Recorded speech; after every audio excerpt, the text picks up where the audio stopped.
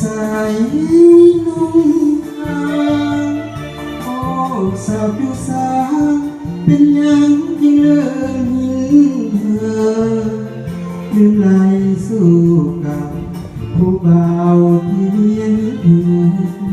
ไปอยู่เวียงจันทร์นกเตอคงลืมยินแล้วบอกคนดีอายหลงลอยเธอเจ้าเพียงคอยรอยลับพอมาจากทีไอ้ของคอยท่าจนคืนวันเปลี่ยนพันทุกปีเป็นยังมาเป็นจังสีสังมีจีรีแทนน้องสาสาบานกันไว้เป็นยังเจ้าจึงบ่จำความหลังครั้งเก่าฝนตกซึ่งฟ้า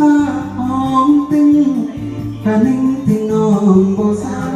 น้ำตายาวดังฝนพันลงตายก็กระดองอายยืนน้อยคนคอยน้องให้ห้องคือสาวยิ้มเห่อไปมีแฟนเวียนจันทร์สุขสมอายสำนึกกำเลี้ยทนสาวตาคงบอกคืนตามมา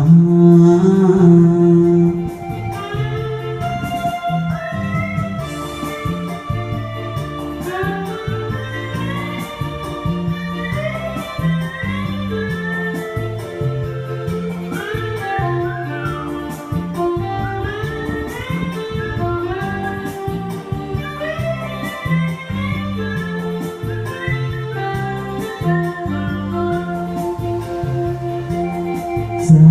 บานกันให้เป็นอย่างเจ้า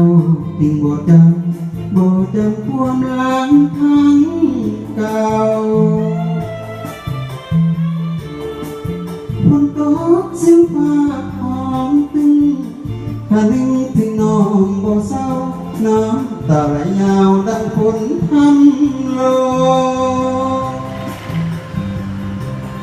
ตายก็กระโดดอายยืนงอยโหด